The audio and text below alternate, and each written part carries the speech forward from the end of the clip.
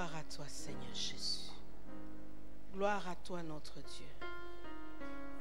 Merci, Seigneur Jésus, pour tes bienfaits. Alléluia. Alléluia.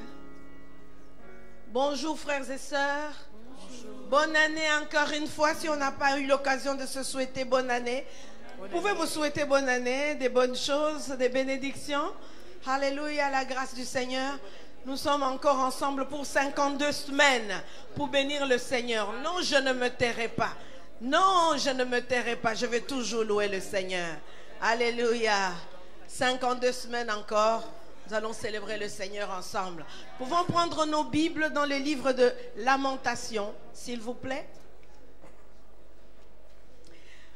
Nous pouvons prendre nos Bibles dans les livres de Lamentations chapitre 3, le verset 21 à 25. Lamentations chapitre 3. Alléluia. Lamentations chapitre 3, 21 à 25. Nous lisons tous ensemble. Voici ce que je veux repasser en mon cœur, ce qui me donnera de l'espérance. Les bontés de l'Éternel ne sont pas épuisées.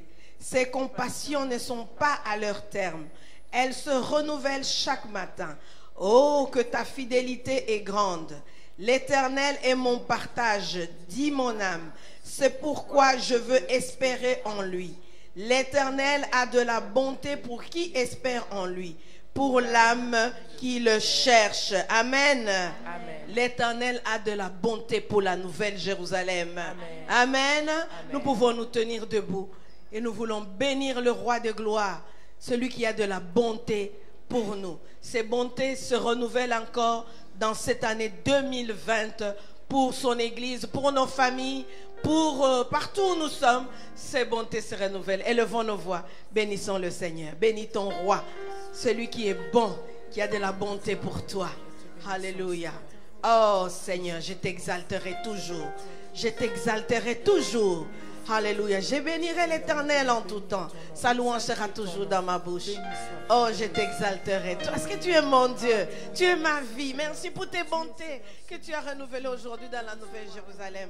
Je reçois tes bontés. J'accepte tes bontés. Je refuse de rester loin de ta bonté. Seigneur, parce que je sais que c'est là où tu me protégeras. C'est là où que tu me laves, tu me purifies. C'est là que tu vas encore me oindre avec une huile de joie pour te servir toujours avec joie, avec force, avec passion, que la passion brûle dans mon cœur. Cher Saint-Esprit, couvre encore ton église, remplis-nous, embrase-nous, parce que c'est l'Esprit Saint qui fait la différence. C'est l'onction qui brise les chaînes, c'est l'onction qui brise le racisme, qui brise les rejets, c'est l'onction qui fait la différence pour nous repousser toutes les limites. Ce matin, oins-nous encore, oins la Nouvelle Jérusalem, que nos louanges montent à ton trône comme de parfums de bonne odeur, parce que tu es notre Dieu, parce que tu es notre roi. Alléluia. Ensemble la louange. Je t'exalterai. Je t'exalterai.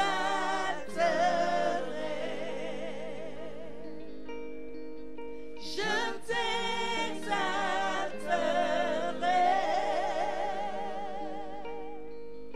Je t'exalterai.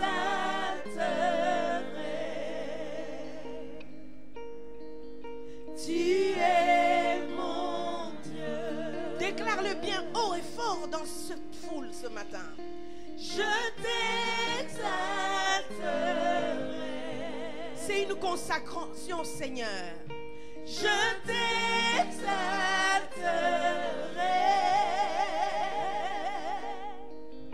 Je t'exalterai.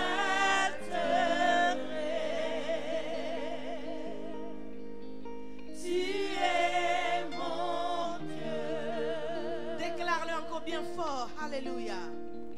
Je t'exalterai.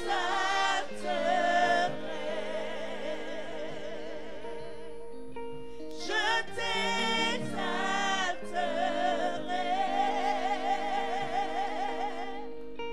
Je t'exalterai.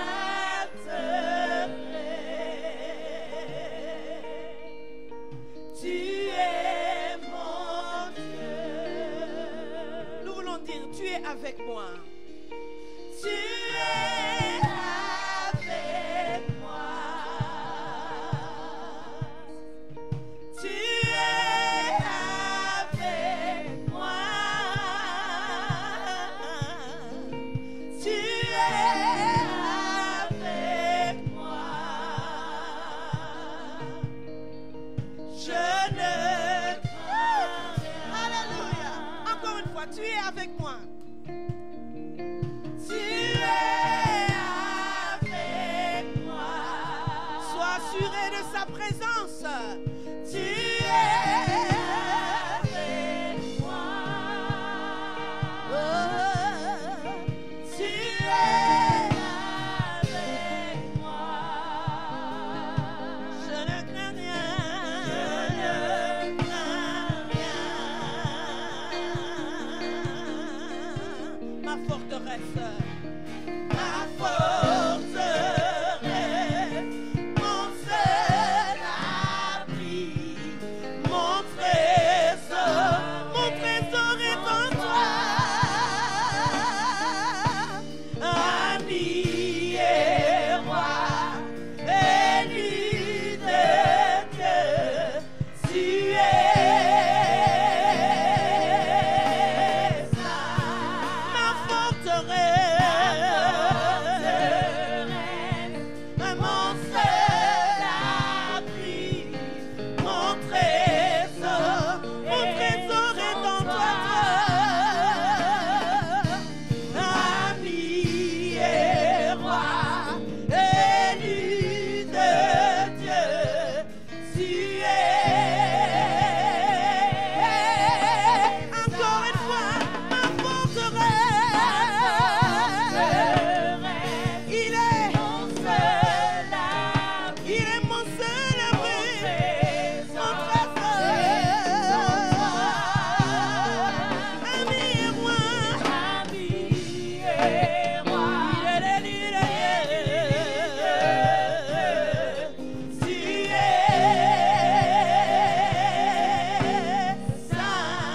saint. Tu es avec moi. Avec moi. Yes, Lord. Tu es avec moi. Tu es avec moi. le grand je suis. Le grand je suis. Je ne crains rien. Tu es avec nous. Tu es avec la Nouvelle Jérusalem. Toi, le bon berger, tu es avec nous, Seigneur. Oh, tu nous purifies, tu nous sanctifies. Seigneur, pour que nous puissions toujours rester près de toi. Rester, Seigneur, là où ton nom est invoqué. Purifie-nous, Seigneur.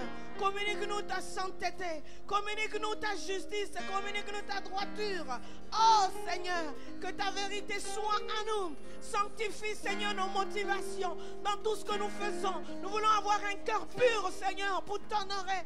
Un cœur pur pour marcher avec toi. Parce que nous pouvons faire semblant devant les hommes. Mais devant toi, nous ne pouvons pas nous cacher. Nous ne pouvons pas tricher avec toi. Sanctifie-nous, Seigneur. Donne-nous ta pensée. Seigneur, que tout notre être soit aligné sur ta parole. Pour te plaire dans cette génération. Hallelujah. Holiness. Holiness. Holiness is what I long for. Holiness is what I need. Holiness, holiness is what you want for me. Encore une fois, holiness. Yeah. Holiness, holiness is what I long for. Holiness is what I need. Yeah. Holiness, holiness is what you want for me. Take my heart. Take my heart and forget. Take my mind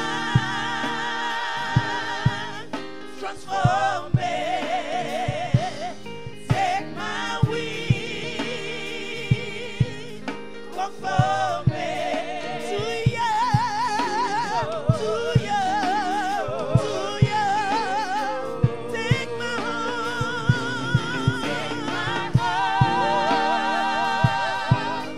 and form it. Take my mind, transform it. Take my will, conform it to you, to yours, to yours. Righteousness, righteousness, righteousness is what I long for. Righteousness is what I need. Yeah. Righteousness, righteousness is what you want for me. Lord, take my heart and form it. Take my mind, form it. Take my will, conform it to you, to you. Oh Lord, take my mind, and form it. Take my mind, transform it. Take my will, conform it to you, oh Lord, to you, oh Lord. C'est toi le divin potier. Seigneur, façonne-nous encore. C'est toi le divin potier. Tu sais ce qui est bon pour nous. Nous venons te soumettre nos pensées, Seigneur. Toi qui nous dis de ne pas nous conformer au siècle présent, que nous soyons transformés par le renouvellement de l'intelligence pour discerner quelle est la volonté de Dieu, ce qui est bon, agréable et parfait. Toi, tu connais ce qui est bon et agréable et parfait pour cette année 2020. Nous venons, Seigneur, nous déposer dans tes bras d'amour, dans tes bras de compassion. Oh Seigneur, pour que toi seul tu nous guides. Change-nous, Seigneur. Change-nous, Seigneur, pour que nous puissions te suivre fidèlement. Oh Seigneur, l'onction d'hier est passée.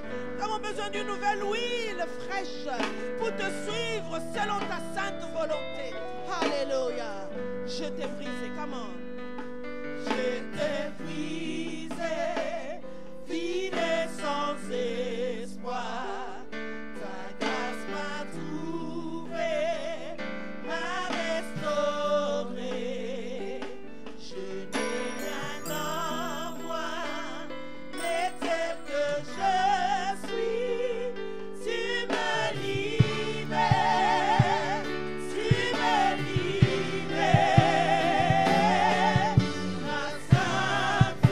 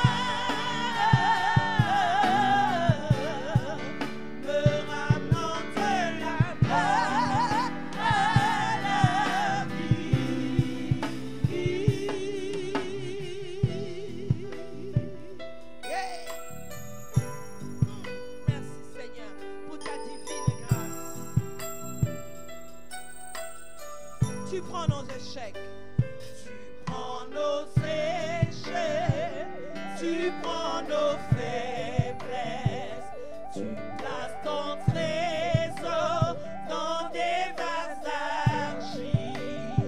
Oh, prends mon cœur, Père, je veux te servir pour que tout soit ta vie en moi. La sainte vie de notre Dieu qui un jour m'a sauvé. Oh, de guerre en lieu, quand tu m'as trouvé. Maintenant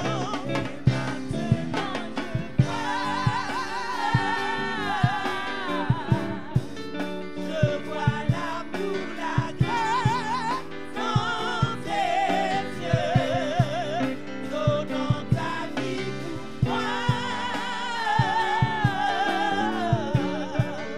me ramenant de la mort.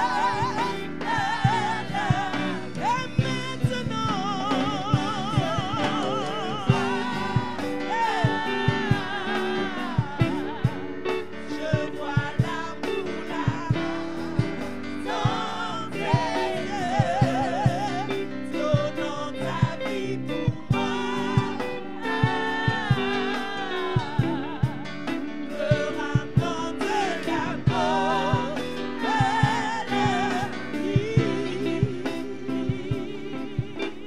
Lève tes mains ce matin et rends grâce au Seigneur. Dis merci au divin potier pour sa grâce qui nous ramène dans sa vie. Oh, Rabakaya Senta. Oh, maintenant je vois, Seigneur Jésus.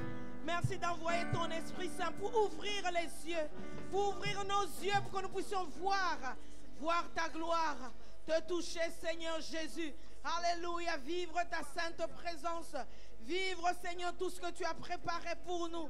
Oh Éternel, nous ne voulons pas rester assis, nous ne voulons pas rester en traînant les pieds, mais nous voulons avancer dans cette grâce qui nous ramène à la vie. Alléluia, merci Seigneur Jésus. Oui, nous voulons encore nous engager ce jour et dire qu'il fait bon à ton service, Jésus mon sauveur. Qu'il est doux le sacrifice que t'offre mon cœur. Prends, oh Jésus, prends ma vie. Alléluia. Nous pouvons chanter cela avec sourire quand même, parce que nous nous donnons à notre libérateur.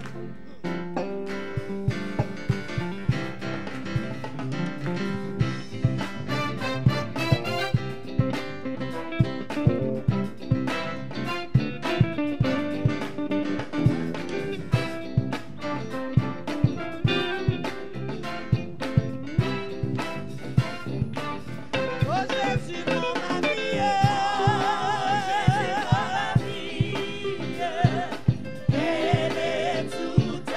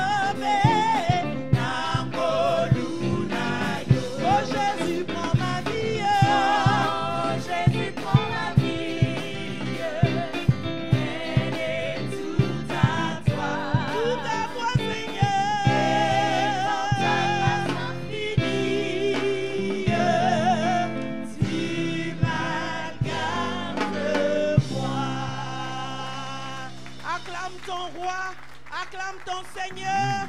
Acclame ton berger. Acclame le divin potier.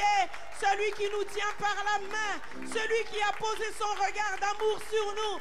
Merci Seigneur. Prends nos vies. Prends les vies de la nouvelle Jérusalem. Merci de guider nos pas. Alléluia. Qu'aura l'espérance à vous. Merci cher Saint-Esprit. Alléluia.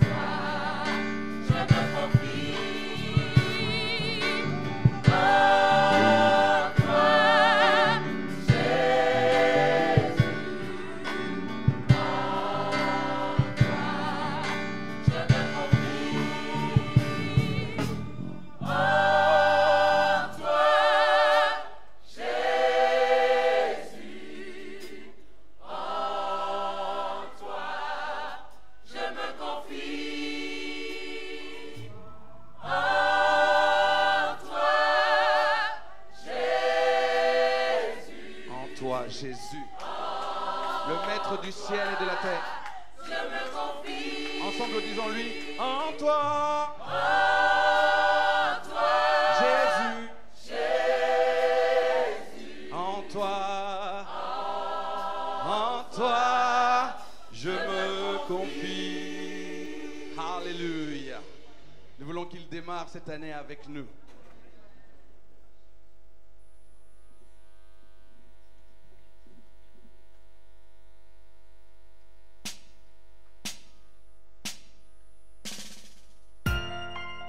Dis à quelqu'un à côté de toi,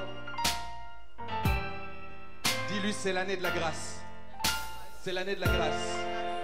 C'est l'année de la grâce. C'est l'année de la grâce. C'est l'année de la grâce. Alléluia.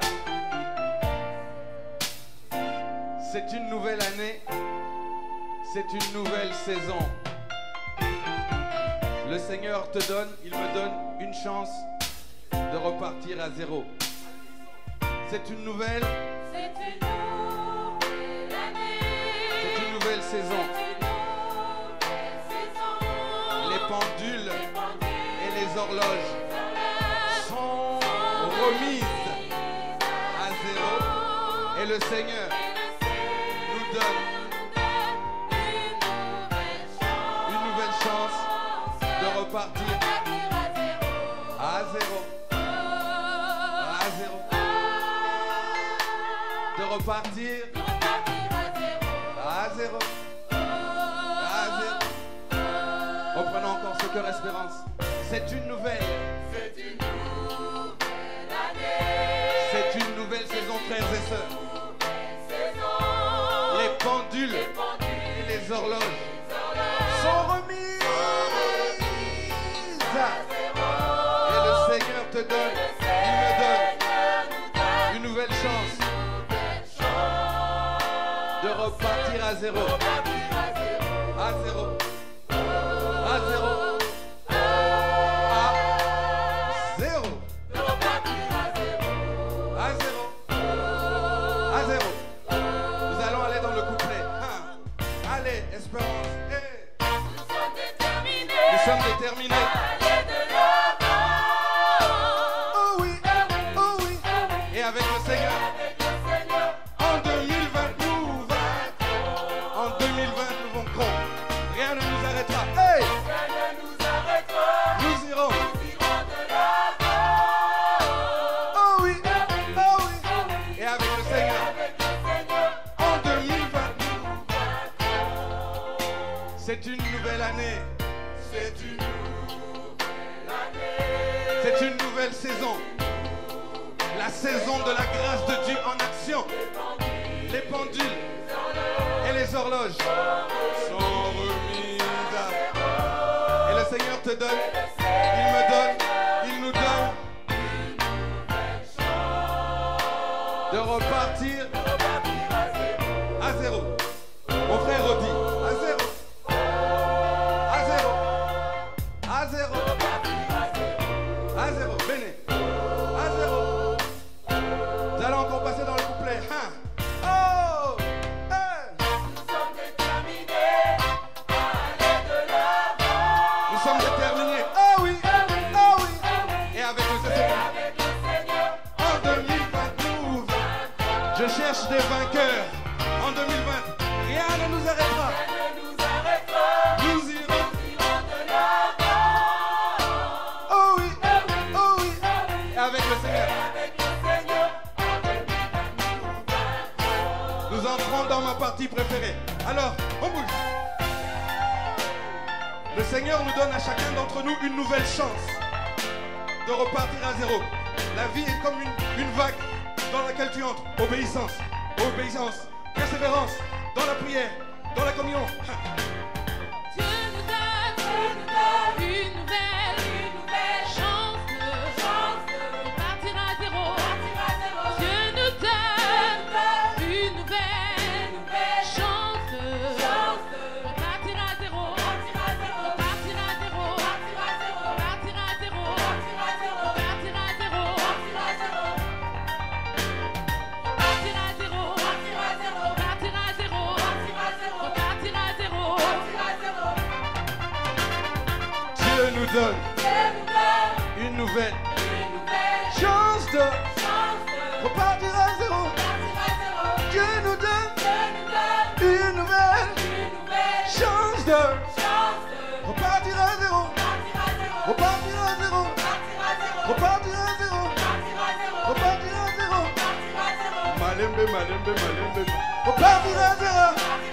Repartir à zéro. Repartir à zéro. Espérance, je veux l'entendre avec force. Repartir à zéro. Repartir à zéro. Repartir à zéro. Repartir à zéro. En 2020. Repartir à zéro. Cette année, repartir à zéro. Repartir à zéro. L'année de la grâce. Repartir à zéro. La grâce de Dieu. Repartir à zéro. Repartir à zéro. On oublie 2019.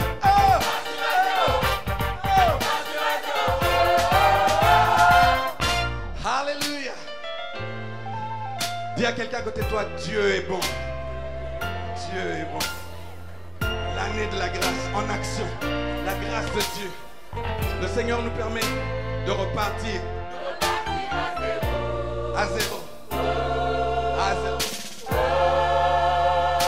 De repartir à zéro. À zéro. Que Dieu vous bénisse.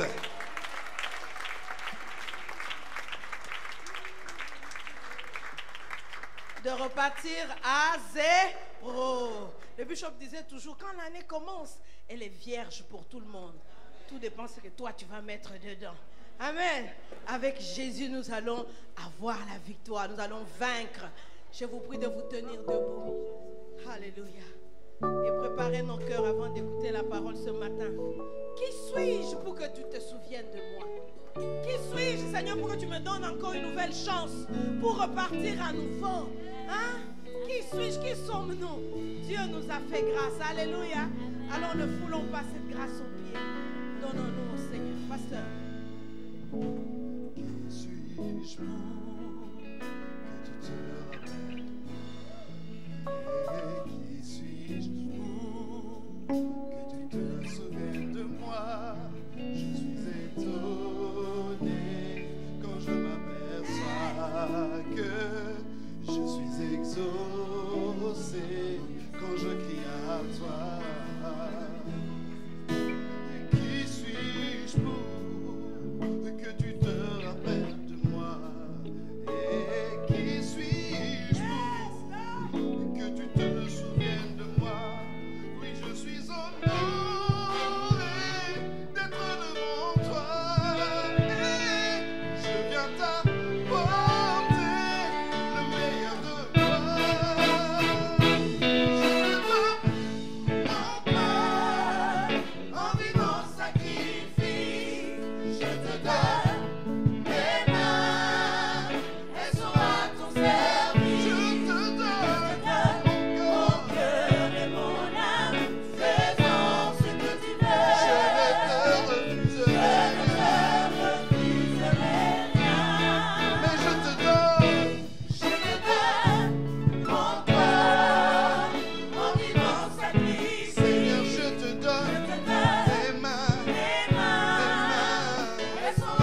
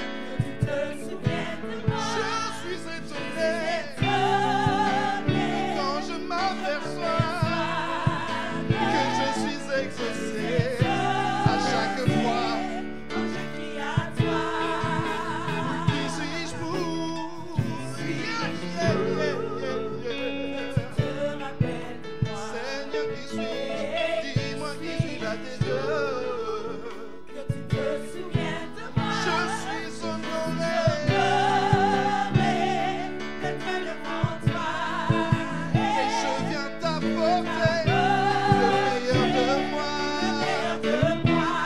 Je te donne mon corps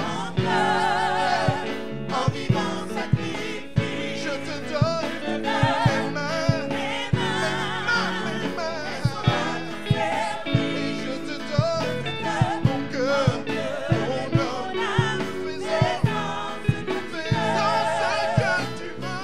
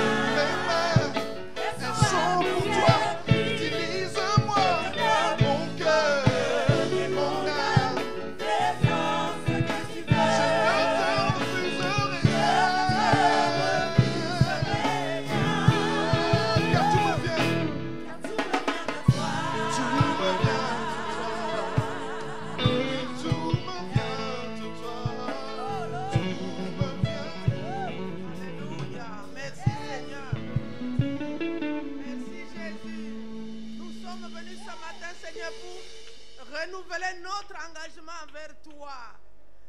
Je ne veux rien te refuser. Seigneur, tout ce que nous avons nous vient de toi. La santé nous vient de toi. La vie, le don de la vie nous vient de toi. Merci Seigneur pour cet engagement pendant ce chant, pour ceux qui ont été sincères envers toi ce matin en disant, je te donne tout. Seigneur, je te donne tout. Je te donne même l'église. Je te donne mon avenir. Je te donne toutes choses. Les mains, Seigneur, que soit à ton service. Mon corps, mon âme. Oh, nous venons ce matin offrir nos corps comme un sacrifice vivant, saint et agréable. Ça veut dire que nous renonçons au péché au nom de Jésus. Nous renonçons au mal sous toutes ses formes au nom de Jésus. Nous nous engageons en tant qu'Église à te servir, à te suivre. Toi, le seul vrai Dieu, le Dieu de la Nouvelle Jérusalem, le Dieu de Bishop Moutiébele, le Dieu de notre avenir. Oh, merci Seigneur. Merci Seigneur. Nous prions pour ce temps de la parole. Oh, merci. Parce que nous sommes une église bénie. Nous sommes une église, nous voulons, comme l'église primitive, persévérer dans l'enseignement des apôtres. Nous sommes là, Seigneur, parce que nous voulons persévérer dans l'enseignement de cette église. Annoncé par ton serviteur. Parle à nos cœurs. Parle à nos cœurs. Nous bénissons ta parole au nom de Jésus.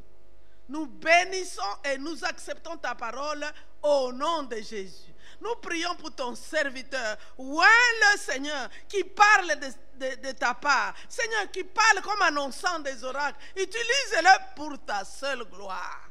Par l'autorité que Jésus a donnée à l'Église, à la Nouvelle Jérusalem, nous brisons toute oppression au nom de Jésus. Nous chassons toute dépression au nom de Jésus. Je lis tout esprit de sorcellerie, d'envoûtement au nom de Jésus. J'annule toute incantation au nom de Jésus. Et j'annule toute décision prise dans les sociétés secrètes, les décisions connues ou pas, contre la Nouvelle Jérusalem, au nom de Jésus. Et je proclame que Jésus est Seigneur. Il est le Seigneur de cette église. Jésus est Seigneur de cette chair, à la gloire de Dieu notre Père. Merci Père pour ce que tu vas faire ce matin. Nous prions au nom de Jésus. Amen. Bonjour frères et sœurs. Premier dimanche de l'année. Amen. Est-ce que nous pouvons applaudir le Seigneur pour ce dimanche?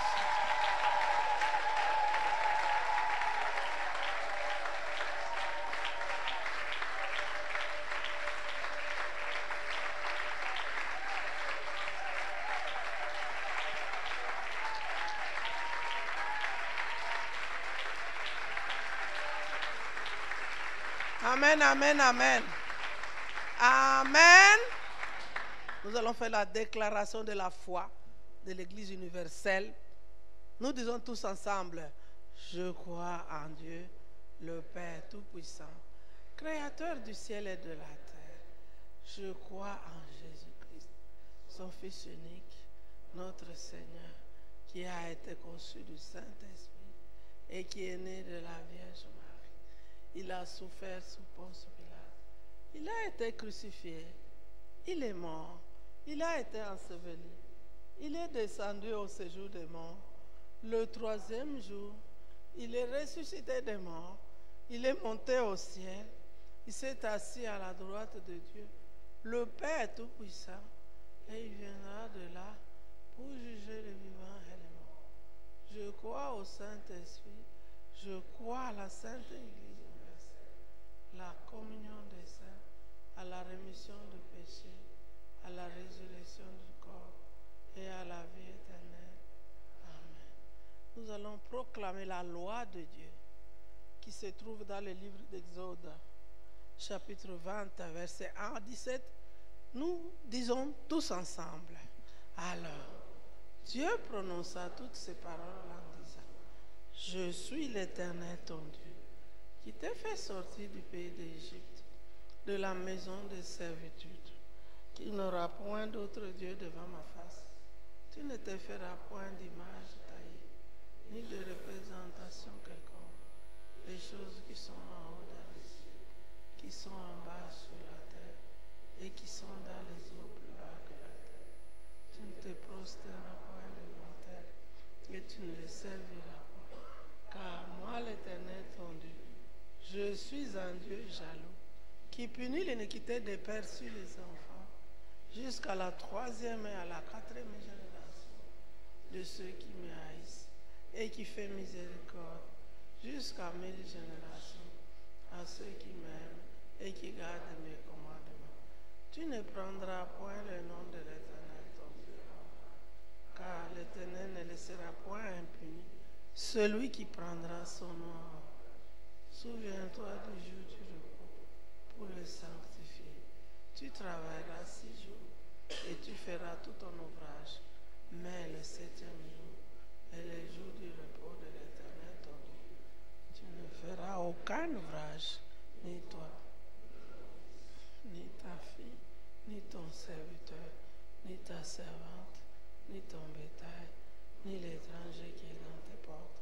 Car en 6 jours, l'Éternel a fait les cieux, la terre et la mer, et tout ce qui est contenu. Et il s'est reposé le 7e jour.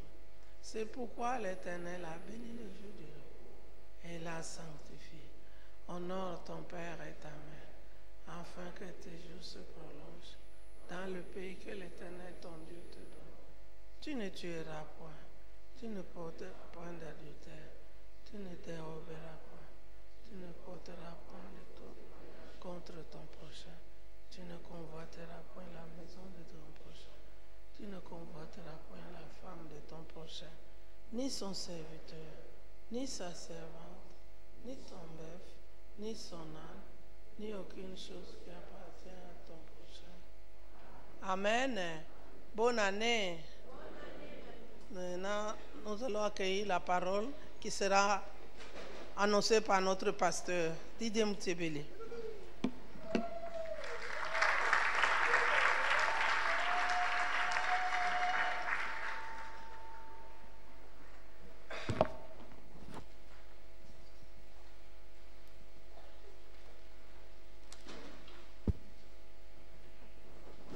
Frères et sœurs, bonjour. Et pour ceux que je n'ai pas croisés le 1er décembre, bonne année. Ah oui, on m'a corrigé, ce n'est pas le 1er décembre, c'est le 1er janvier. Nous avons commencé ce mercredi un nouveau thème. Ce 1er janvier, nous avons commencé un nouveau thème que j'ai intitulé « La grâce de Dieu en action ». La grâce de Dieu en action. Et la parole de ce jour, j'ai donné comme titre à mon message « Commencement d'une nouvelle saison par l'exercice de la miséricorde ». Commencement d'une nouvelle saison par l'exercice de la miséricorde. Et notre texte de référence, comme vous devez certainement maintenant vous en douter, se trouve dans le livre des Actes des Apôtres au chapitre 3. Actes des Apôtres, chapitre 3, les versets 1 à 19. Actes des Apôtres, chapitre 3, versets 1 à 19. Nous continuons à lire cette histoire passionnante de l'Église à ses débuts. Le modèle des apôtres. Alors, je vais vous demander un dernier exercice. Est-ce que nous pouvons nous tenir debout pour la lecture de la parole de Dieu en respect à la parole, s'il vous plaît? Tenons-nous debout. En te levant, encourage ton voisin, dis-lui, c'est l'année de la grâce. Et dis à l'autre voisin, la grâce de Dieu en action.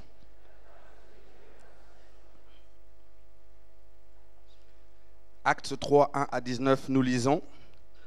Pierre et Jean montaient ensemble au temple à l'heure de la prière. C'était la 9e heure.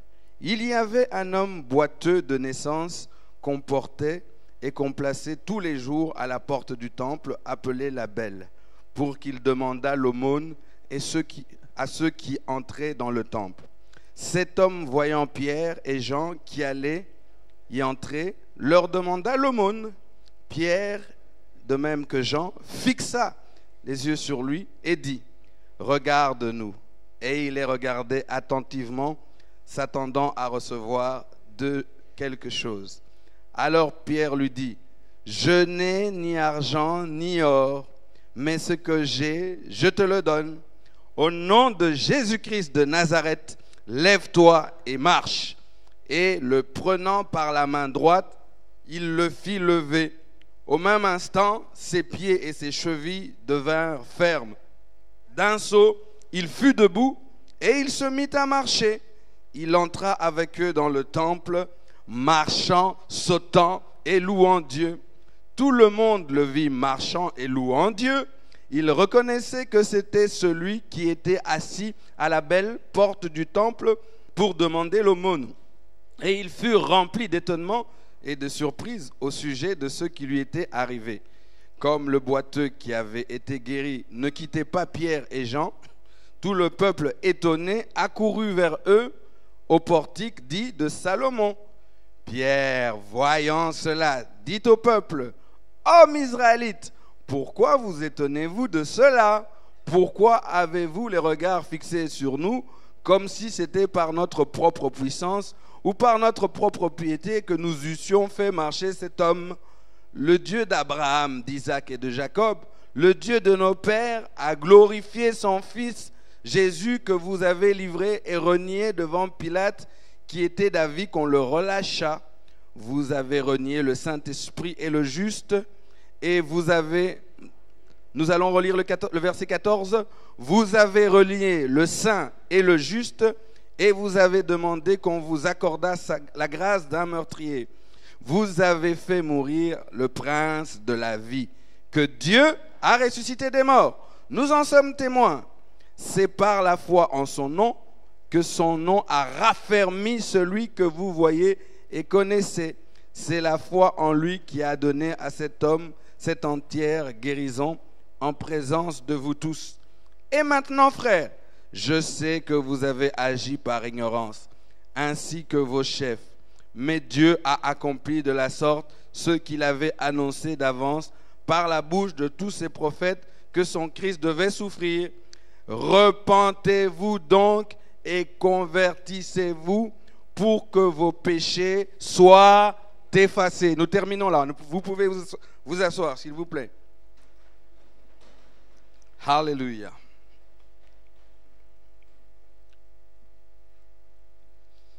Voici comment j'ai défini la grâce de Dieu en action. C'est Dieu qui décide d'agir en nous et au travers de nous par la puissance de son Saint-Esprit qui est en nous. C'est Dieu qui décide d'agir en nous et au travers de nous. On peut rajouter sur nous, avec nous, en faveur de nous. Mais je m'inspire essentiellement du texte de Actes chapitre 1 verset 8. Nous recevons une puissance, le Saint-Esprit en nous nous transforme et nous sommes des instruments au travers lesquels il peut agir. Et donc c'est Dieu qui décide d'agir en nous et au travers de nous par la puissance de son Saint-Esprit en nous. Nous pouvons attester que la grâce de Dieu est en action en nous et au travers de nous quand sa grâce porte du fruit. Quand elle porte du fruit en nous et au travers de nous. Autrement dit, quand nous sommes en mesure d'expérimenter d'une manière ou d'une autre les résultats, les conséquences de l'action de la grâce. La grâce de Dieu en action. Alors, avant d'entrer dans mon texte, simple et court, petit rappel, nous avons vu les semaines dernières les actes des apôtres, chapitre 1 et chapitre 2. Et quelle est la conclusion que nous avons tirée le 1er janvier? C'est que l'action du Saint-Esprit dans la vie des apôtres et plus tard dans la vie des disciples est déclenchée par une clé indispensable, l'obéissance. Dis à quelqu'un l'obéissance. Les apôtres ont obéi à l'ordre de Jésus. Ne vous éloignez pas de Jérusalem, attendez le Saint-Esprit. Ils étaient ensemble. Dans la prière, le Saint-Esprit descend. Acte chapitre 2. Ces Juifs, cette multitude venue des 4 coins de la terre, qu'est-ce qu'ils font? Ils écoutent l'ordre, l'ordonnance du Seigneur au travers de son envoyé, Pierre, qui leur dit « Repentez-vous, faites-vous baptiser ». Qu'est-ce qu'ils font? Ils obéissent. La faveur de Dieu, la grâce de Dieu, c'est quelque chose que Dieu a programmé d'avance. J'en ai bien parlé ce premier, je l'ai rappelé. Dieu t'a choisi, prédestiné d'avance avant que tu naisses. Dieu a envoyé son Fils Jésus-Christ qui est mort et ressuscité. Dieu a prévu son Esprit Saint. Dieu, Éphésiens chapitre 4, nous donne des dons. Et les dons qu'il donne, ce sont les ministères comme les pasteurs, les apôtres, les prophètes, les évangélistes, pour conditionner le chemin vers la grâce. Ça, c'est la part de Dieu. Mais notre part, c'est l'obéissance. Dis à quelqu'un l'obéissance. Je disais que l'obéissance implique un certain nombre de choses. La première, entendre. Entendre la parole de Dieu. Et la parole de Dieu n'est pas une information. La parole de Dieu, c'est un ordre dans ce cas-ci. C'est un ordre. Donc il faut l'entendre comme étant un ordre du Seigneur. Obéir, c'est entendre. La pensée, la réflexion sont en activité. Obéir, c'est croire. Verset 16, on nous dit que c'est par la foi que cet homme a été guéri. Obéir, c'est croire. Mettre notre cœur en action. J'entends la parole, j'y crois. Je fais confiance au Seigneur. J'ai dit aussi que obéir, ça impliquait être résolu, prendre une décision. Tu dois décider d'obéir. Ça implique ta volonté. J'ai dit obéir, ça veut dire se soumettre, accepter de se soumettre. Accepter de s'humilier. Ce n'est pas toujours évident. Les apôtres se sont soumis directement au Seigneur. Les disciples se sont soumis aux apôtres. Et aujourd'hui, à qui tu dois obéir? À l'autorité que le Seigneur place au-dessus de toi. Obéir, la cinquième chose, c'est agir, poser des actes. C'est qui l'autorité que Dieu place au-dessus de toi? Tu es enfant, tes parents. Tu attends la faveur de Dieu, tu n'es pas capable d'obéir à tes parents. Obéis à tes parents. Obéir, c'est obéir à l'autorité que Dieu a placée au-dessus de toi. Dans le ministère, quand il y a des réunions de ministère, c'est toujours toi le contestataire, c'est toujours toi. Le Seigneur veut t'apprendre quelque chose. Tu es en train de prier pour un besoin profond. Apprends l'obéissance. Et obéir, enfin, c'est obéir au berger que le Seigneur a mis devant toi. Dis, obéis au berger. Et ce n'est pas obéir dans le vague. Je suis votre berger et voici la parole et les instructions que je nous donne pour cette année-ci. En quoi consiste l'obéissance que nous devons mettre en pratique? 4 choses. Persévérer dans l'enseignement. Persévérer dans l'enseignement qui est donné ici. Ça veut dire venir, entendre, écouter. Ça veut dire aussi venir à la prière du matin et lire avec nous le lecteur. Achète ton lecteur, nous sommes le premier dimanche du mois. Obéir, c'est persévérer dans la communion fraternelle. Je disais que la communion fraternelle, Jésus nous donne le modèle de la communion fraternelle. C'est le modèle qui existe entre la communion entre lui et le Père. La communion, c'est tout ce que nous mettons, nous fournissons comme effort et pour que nous autres qui partageons la même foi, soyons ensemble. C'est le fait de mettre en commun, de se mettre ensemble, que tous ceux qui partagent la même foi se mettent ensemble. C'est ça la communion fraternelle. Il persévérait dans les fractions du pain. Je disais, la fraction du pain, on peut comprendre ça par partager l'essentiel de sa subsistance. Manger, on mange pour vivre, manger ensemble. Mais la fraction du pain, c'est aussi exercer la miséricorde. Tu es béni, le Seigneur ouvre tes yeux, touche ton cœur, ouvre tes oreilles, plutôt touche ton cœur, et puis tu poses un acte de miséricorde. Mais la fraction du pain, c'est ce que nous allons faire tout à l'heure, partager le repas du Seigneur, nous rappeler que tout ce que nous avons, c'est par grâce, et sa grâce est notamment manifestée, et essentiellement manifestée par Jésus-Christ, mort et ressuscité. Enfin, il persévérait dans les prières. Voici l'ordre du Seigneur, au travers de votre humble serviteur, pour cette année-ci, afin que nous puissions être en mesure de voir, de vivre, d'expérimenter la grâce de Dieu en action. L'obéissance. Ce texte, et moi-même j'étais étonné en le lisant, en le préparant, en revenant sur certaines choses, nous apprend quelque chose d'essentiel. C'est-à-dire que quand maintenant le moment de travailler a démarré, Actes chapitre 3, le premier grand miracle que Dieu manifeste, les merveilles de Dieu concrètes se manifestent au travers la miséricorde. Dis à quelqu'un la miséricorde. Et donc, je vais dire un certain nombre de choses en parcourant ce texte. L'attitude dans laquelle j'aimerais bien que nous puissions écouter ce texte et analyser ce texte et méditer, partager ce texte, c'est que chacun puisse déceler dans les propos qui vont être dits ici, quelle est ta part? Tout ce que je vais dire ne va peut-être pas s'adresser à tout le monde, mais il y a dans la parole de Dieu une part qui te revient. Et cette part va te toucher et doit t'amener à te challenger. Et j'ai dit que nous devons maintenant prendre l'habitude de ne pas juste se contenter d'entendre une parole et de sortir. Il faudrait que chaque dimanche, à la fin du culte, pendant le culte, quand tu rentres chez toi, que tu puisses dire, voilà, voici ce qui a été dit, je me reconnais dans ça, je voudrais faire ceci afin de monter d'un cran. Parce que nous sommes à des niveaux différents, mais chacun de nous, à son niveau, a pour objectif de tendre vers la perfection de Christ. Et pour cela, il faut poser des actes concrets. Et alors, entrant dans ce texte,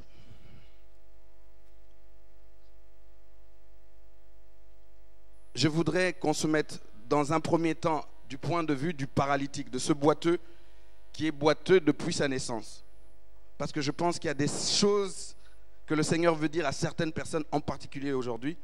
Et ensuite, nous irons vers l'essentiel du message que je voudrais partager avec vous, c'est-à-dire se mettre du point de vue des apôtres, de Jean, de Pierre, des disciples de Christ, ce que nous sommes et ce dont nous aspirons à être. Alors, le point de vue de l'homme boiteux depuis sa naissance. Première chose, verset 1. Il nous est dit que cet homme porte un handicap et un désavantage depuis sa naissance. Et cet handicap, avec le temps, l'a rendu incapable d'être autonome physiquement, d'être autonome dans la vie, d'être autonome financièrement. Et cet handicap l'a rendu complètement dépendant du bon vouloir des autres.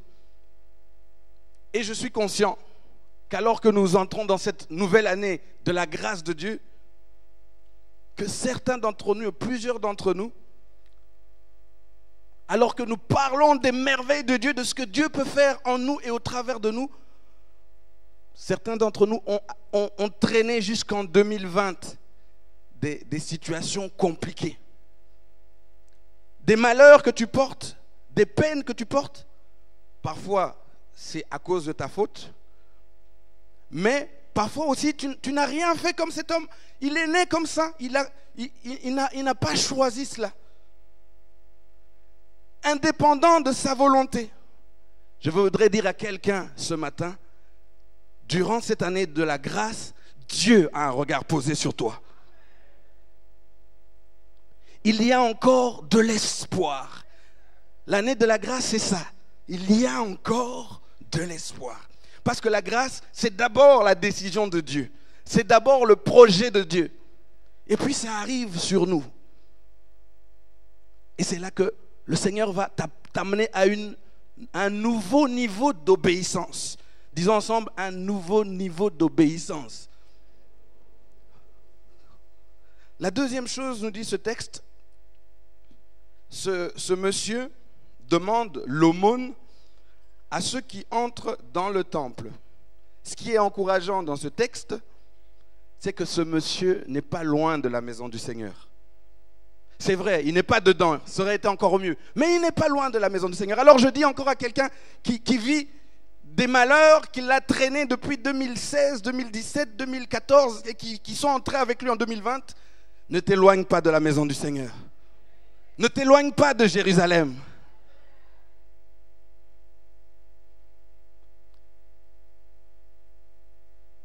Parce que la grâce de Dieu pour cet homme s'est manifestée à côté de la maison du Seigneur. Et je crois que pour quelqu'un, ce matin, la grâce de Dieu dans ta vie va se manifester dans cette maison. La troisième chose, nous dit ce texte, Pierre et Jean, remplis de la puissance de Dieu, assidus au temple et à la prière, croisent cet homme devant le temple. Même dans ton état de faiblesse, Dieu peut faire en sorte que tu puisses être en mesure d'être au contact de sa grâce par des hommes de Dieu, au travers de la prédication, mais parfois par un frère avec qui tu échanges quelques paroles à la fin d'un culte. La puissance de la communion fraternelle. Et donc, la grâce de Dieu pour cet homme s'est manifestée au contact des enfants de Dieu. Quatrième chose,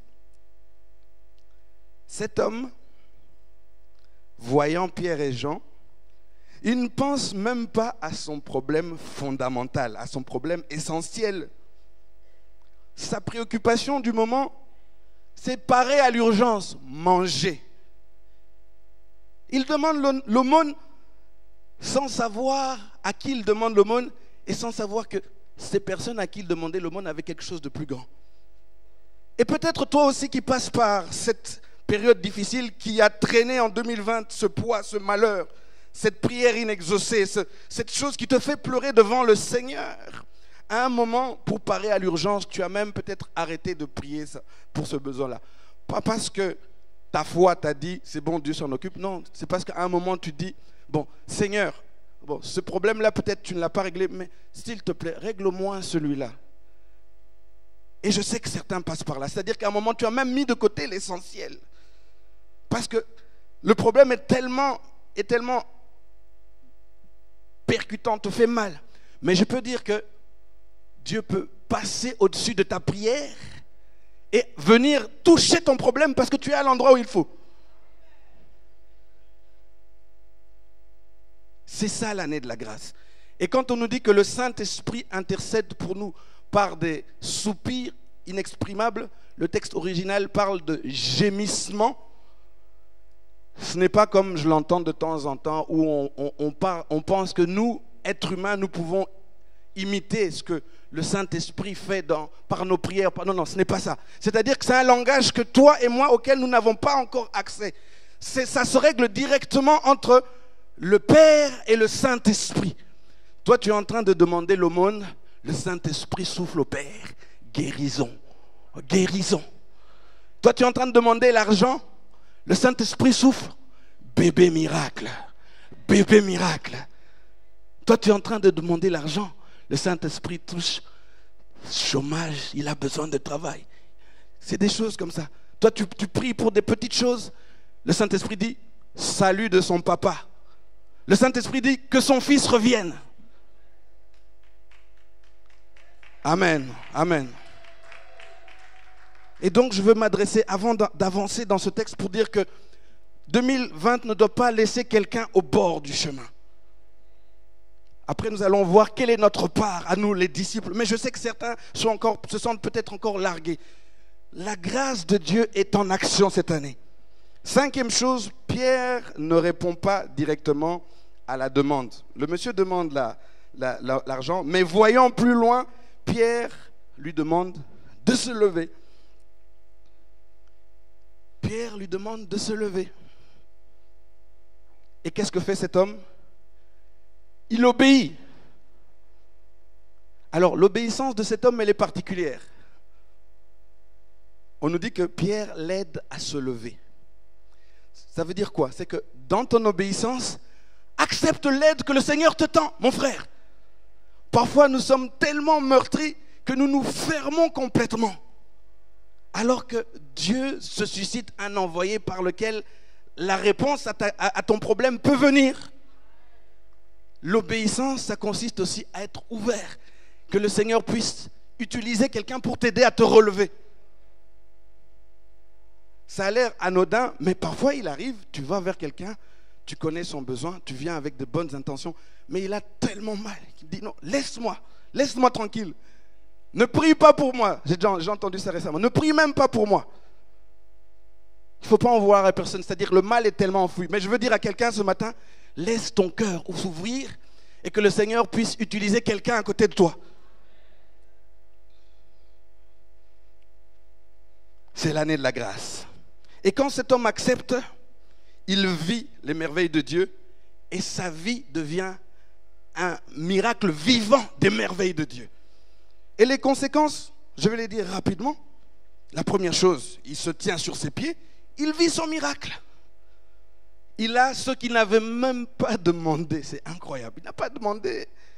Nous lisons les évangiles. Parfois, il y a des gens qui viennent directement. Seigneur, je veux voir.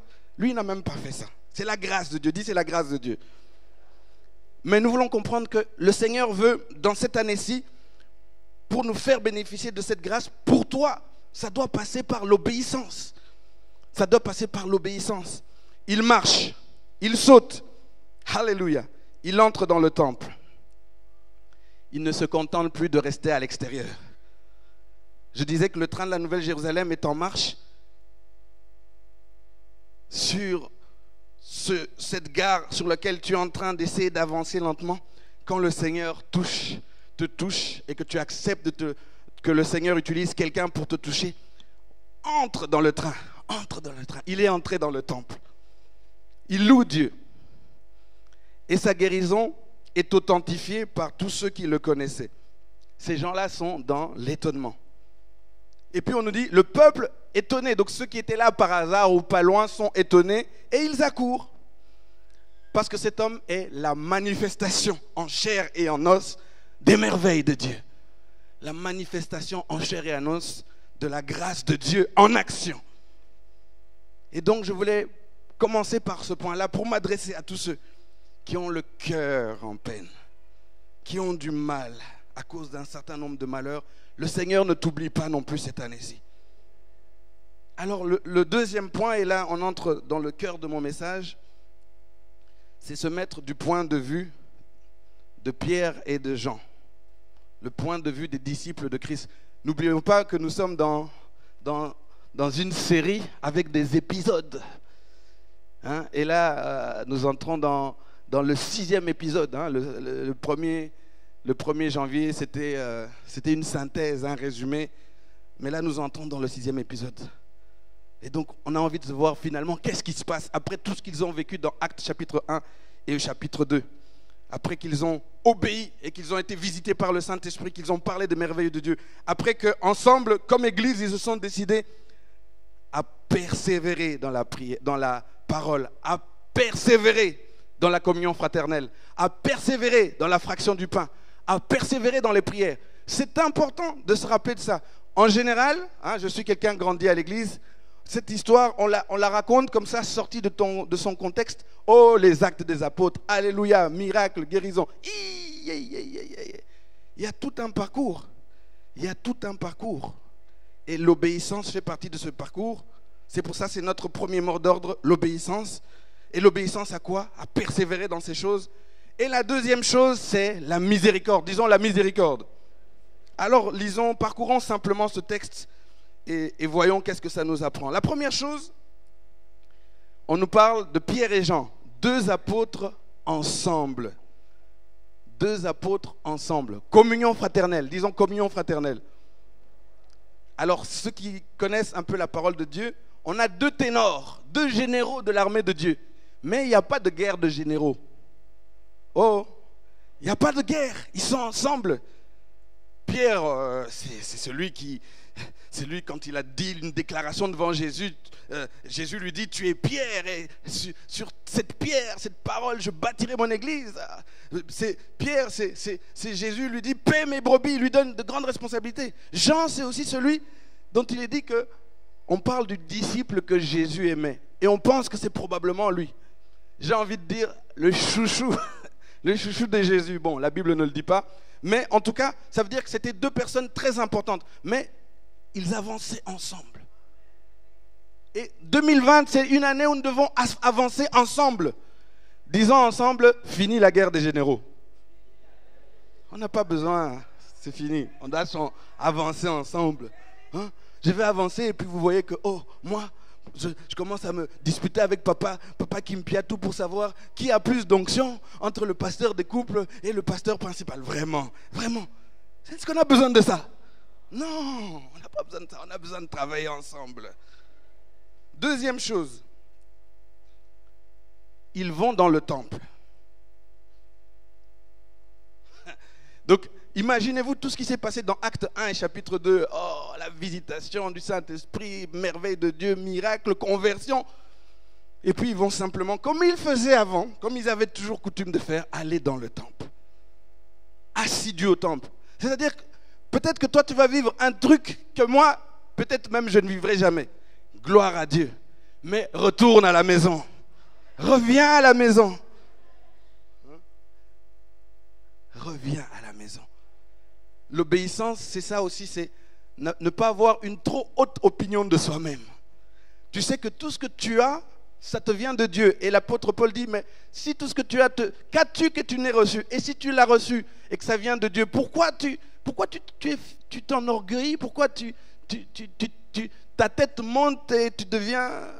Je vous encourage à regarder le film Les gendarmes se marient. Tout le monde, qui a déjà regardé Les Gendarmes se marient? Bon, c'est une parenthèse. Hein. Il n'y a pas d'enseignement biblique dedans. Mais en gros, à un moment, les adjudants que sont Cruchot et le maréchal des logis qui est M. Cruchot, lui, de finesse, et puis on a l'adjudant qui est M. Gerbert, ils ont la possibilité de monter de grade. Ils passent des examens, etc. C'est ouvert à tout le monde. Donc ils passent les examens et puis tout d'un coup, pouf, on proclame que c'est celui qui était en dessous qui passe au-dessus. C'est terrible. Quand tu as été pendant toute ta vie en dessous de quelqu'un et puis on te dit que maintenant tu passes au-dessus. Donc le gars, il perd la tête. Il perd la tête. Et puis, chemin faisant, on apprend que non, il y a eu une erreur. Et à ce moment-là, on voit le Gerbert qui regarde Cruchot. Et Cruchot devient tout petit, tout petit, tout petit, tout petit. C'était une parenthèse. Donc, peu importe la bénédiction par laquelle tu passes, reste modeste. La troisième chose, c'est à l'heure de la prière. Ils vont prier ensemble, disons ensemble, prier ensemble. Malgré tout ce qui s'est passé.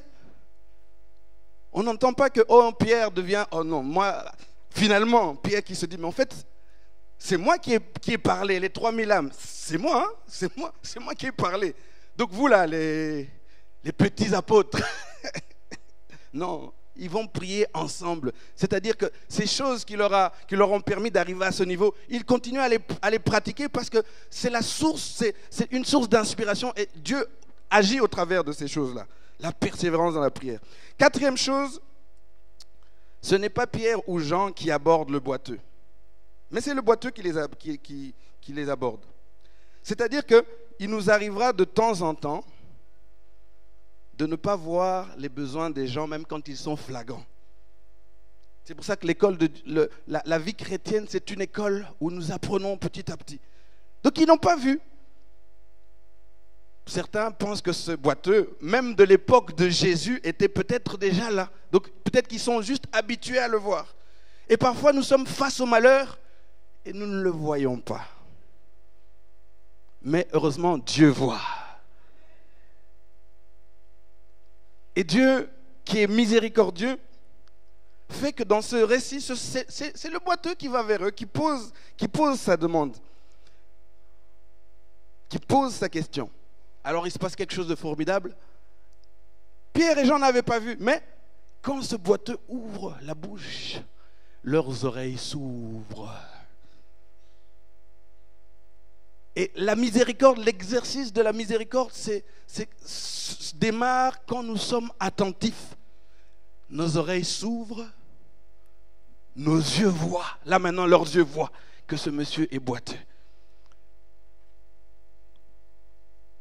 Mais ils voient au-delà de l'handicap et du problème de ce monsieur. C'est ça la différence entre notre miséricorde et celle que le monde fait. Le monde nous apprend beaucoup sur la miséricorde. On ne doit pas condamner les païens parce qu'ils font beaucoup de choses. Nous devons apprendre du monde. Mais la limite de la miséricorde du monde, c'est que quand on répond aux besoins, on s'arrête là. Ici, dans le modèle de miséricorde que nous donne la Bible, non seulement ils répondent aux besoins, mais ils vont au-delà. Ils révolutionnent, ils bouleversent la vie de cette personne. Et donc, ils entendent, ils voient, leur cœur est touché et ils exercent la miséricorde. C'est ça la miséricorde. Je dis quand j'explique à mes enfants, c'est quoi la miséricorde? C'est être capable de voir le besoin, d'entendre le besoin, d'avoir le cœur touché et puis de poser des actes. En 2020, nous voulons vivre la faveur de Dieu en action. Le Seigneur nous demande deux choses au démarrage de cette année. La première chose, l'obéissance. Dis à ton voisin l'obéissance. La deuxième chose, la miséricorde. Dis à ton voisin la miséricorde. Alors c'est très intéressant d'analyser, de disséquer les étapes que Pierre va suivre. La première chose, qu'est-ce qu'il fait? Il parle. Il annonce. Il proclame quoi? Le nom de Jésus. Je dis à quelqu'un, tu dois parler. Tu dois parler à cette situation, tu dois proclamer la parole. Peut-être que tu côtoies quelqu'un qui passe par des situations difficiles, qui vit dans sa misère. Il est temps, tu l'as déjà vu, frère, tu l'as déjà entendu. Maintenant, tu dois oser parler. Et parler de quoi? Annoncer Jésus. Et annoncer Jésus, ça a toutes sortes de formes. Ici, il est très direct, mais parfois, annoncer Jésus, c'est peut-être juste donner dans tes paroles la solution que la personne attend. Tu la connais. Parfois, j'ai déjà entendu, hein, je sais que j'ai la solution pour cette personne, mais est-ce que vraiment, qu'est-ce qu'elle va en faire? Est-ce qu'elle est digne? Et de temps en temps, nous nous posons la question de se dire, est-ce que je peux vraiment apporter à cette personne la solution? Réfléchis 2 ou 3 fois, mais si le Seigneur touche ton cœur parle. Il dit, ce que j'ai, je te le donne. Ce que j'ai, je te le donne. Frères et sœurs, nous ne pouvons donner que ce que nous avons. Quand il dit ce que j'ai, c'est quelque chose de lourd. Nous avons lu Actes chapitre 1, Actes chapitre 2. Nous voyons que c'est un bagage puissant qui a commencé dans l'obéissance. Et le Saint-Esprit est venu, il a rempli. Il a rempli les disciples, ils ont parlé des merveilles de Dieu, ils ont expérimenté les merveilles de Dieu, ils ont persévéré dans la prière, persévéré dans l'enseignement, persévéré dans la communion fraternelle, persévéré dans la fraction du pain. Ce que j'ai, c'est quelque chose de lourd. Il dit, ce que j'ai, je te le donne.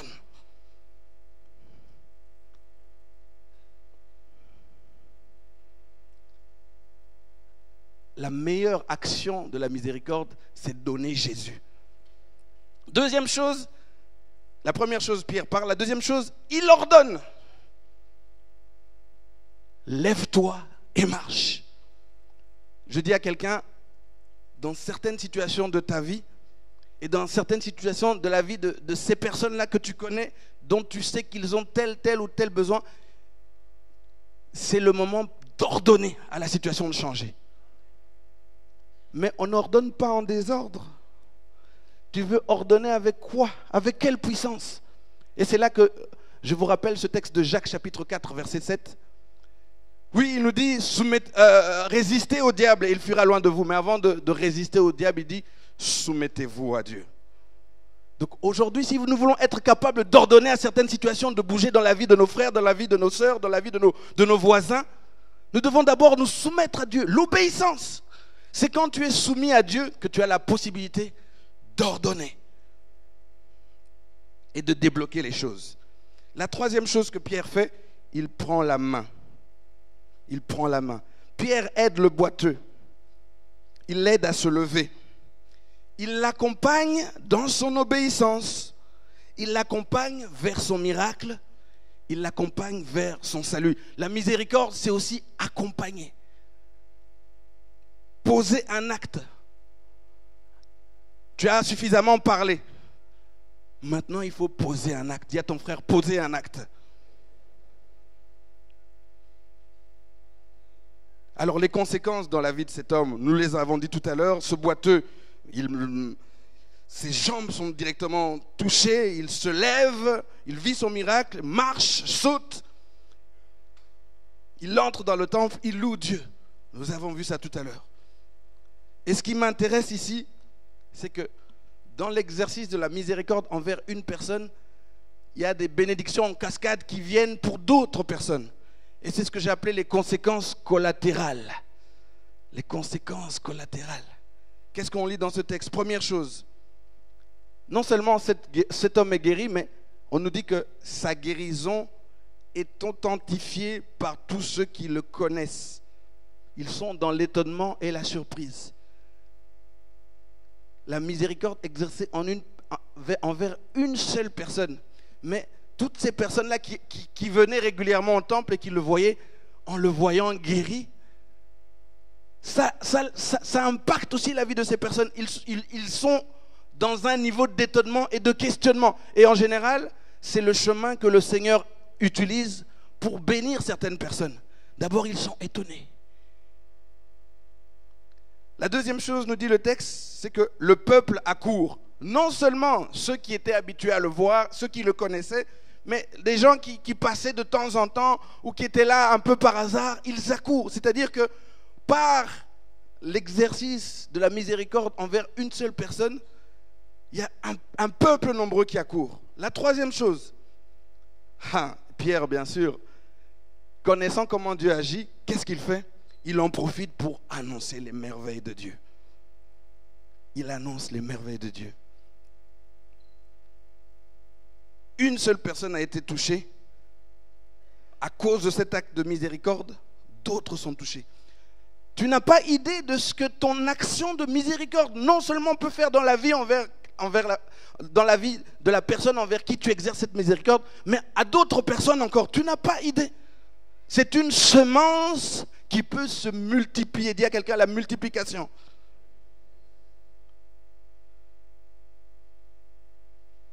À cause de la miséricorde exercée envers une personne, la grâce de Dieu peut s'activer dans la vie de plusieurs. Quatrième chose, nous n'avons pas lu ce passage, c'est dans Actes chapitre 4, verset 4. Actes chapitre 4, verset 4. On nous dit que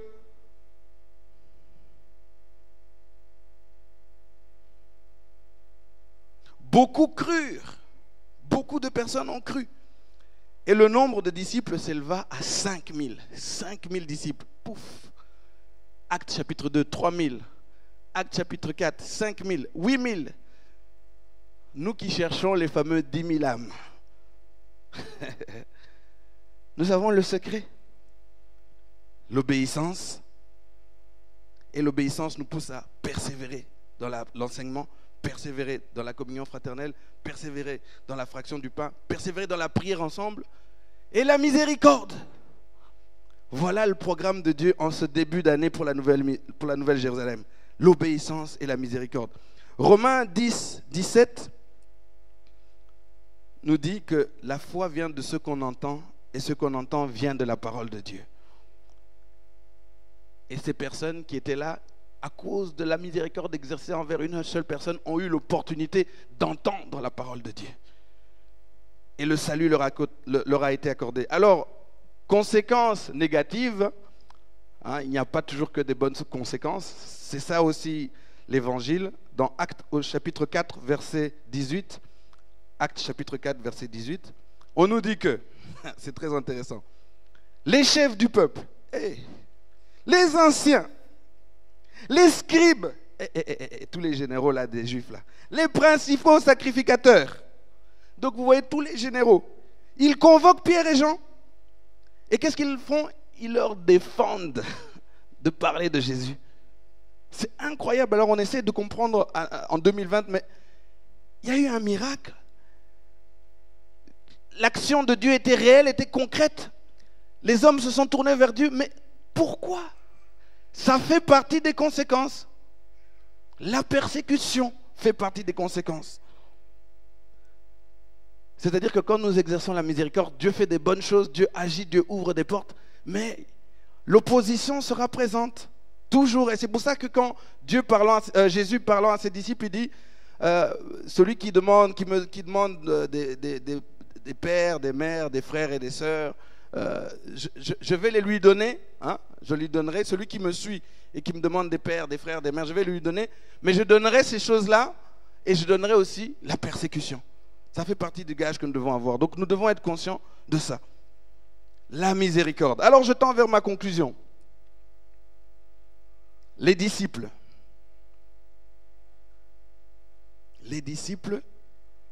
ont expérimenté l'action de la puissance de Dieu et tout a démarré par l'obéissance.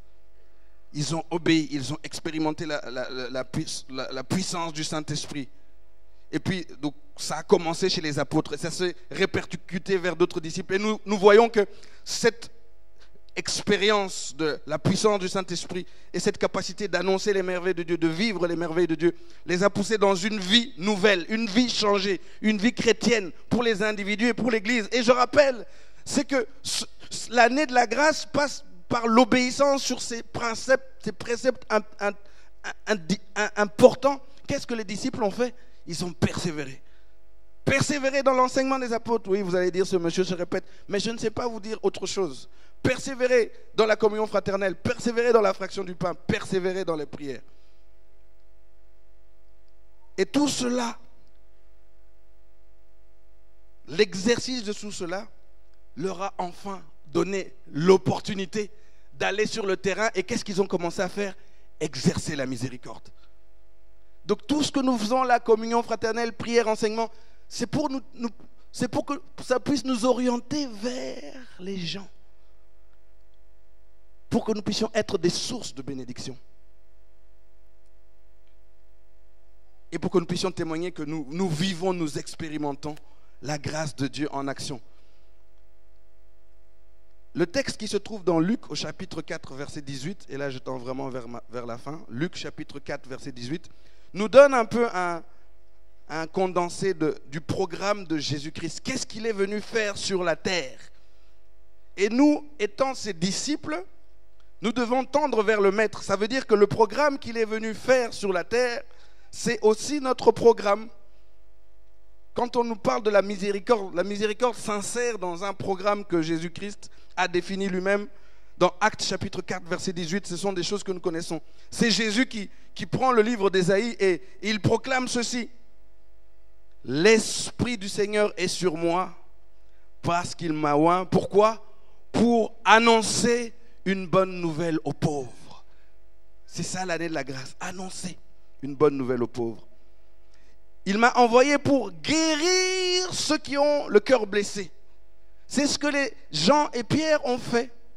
Ils ont annoncé une bonne nouvelle à ce pauvre qui cherchait de l'argent. Ils sont venus pour le guérir, lui qui était blessé certainement par le fait de vivre depuis son enfance un malheur. Et c'est ce que toi tu peux faire en exerçant la miséricorde. Il m'a oint pour proclamer aux captifs la délivrance. Le Seigneur veut que tu puisses être une source de libération de quelqu'un cette année-ci. Il m'a oint pour proclamer aux aveugles le recouvrement de la vue, pour que les gens voient. Et la première personne à voir, c'est toi. Par l'action de Jésus et de son Saint-Esprit, toi tu vois. Et au travers de toi, d'autres personnes peuvent voir. Et dans l'action du Saint-Esprit au travers de toi, le Seigneur s'occupe alors de tes propres problèmes. Tu n'as pas le temps de t'occuper de tes problèmes, le Seigneur s'occupe de ces problèmes. Parce que le programme que toi tu exerces, c'est ce même programme que lui, il exerce sur toi. Pendant que toi, tu es en train de faire ce programme, lui, il est en train de le faire sur toi. De façon qu'en simultané, tu vois le Seigneur agir dans la vie des gens et puis tu vois le Seigneur agir dans ta vie. Il m'a oint pour renvoyer libres les opprimés. Il m'a oint pour publier une année de grâce du Seigneur. Dis à quelqu'un, c'est l'année de la grâce. C'est l'année de la grâce. Alors frères et sœurs, très sérieusement et très solennellement, au nom de Jésus-Christ et par les pouvoirs qu'il m'a conférés, je publie une année de grâce du Seigneur pour la Nouvelle Jérusalem. Alléluia. Au nom de Jésus. Au nom de Jésus. Cette année de grâce va commencer dans l'obéissance. Dis à ton frère, l'obéissance. Et en annonçant les merveilles de Dieu cette année, le Seigneur va faire que nous puissions devenir la bouche de Dieu dans l'obéissance. Et en exerçant la miséricorde, le Seigneur va te permettre que tu puisses être le bras de Dieu. La bouche de Dieu, le bras de Dieu. Que Dieu bénisse sa parole.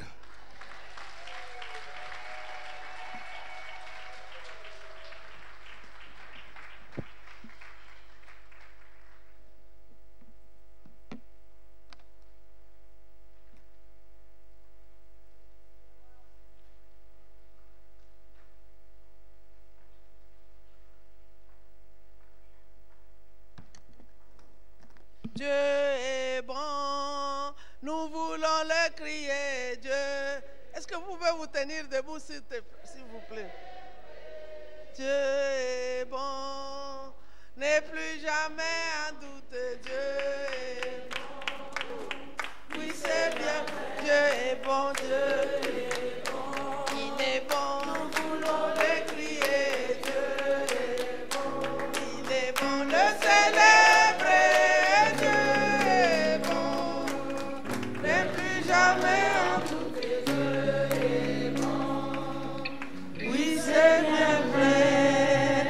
Quand je pense à son amour pour moi, de joie et je veux chanter. Car dans son cœur il y a place pour moi et j'y coule les bras grands ouverts. Dieu est bon, nous voulons le crier. Dieu est bon, le célébrer. Dieu est bon, ne plus jamais en douter. Dieu est bon, oui c'est bien vrai. Alléluia. Amen. Amen. Amen. Merci beaucoup. Vous pouvez vous asseoir. Dieu est bon, n'est-ce pas? On nous a annoncé des merveilles. On nous a annoncé les merveilles de Dieu. On nous a dit que le pasteur a publié une année de grâce sur nous. Waouh, Dieu est bon, n'est-ce pas? Et cette année, ça va être chaud. Hein? Amen. Hein? Merci beaucoup, pasteur. C'est le moment des offrandes et des dîmes. Si vous avez amené une offrande,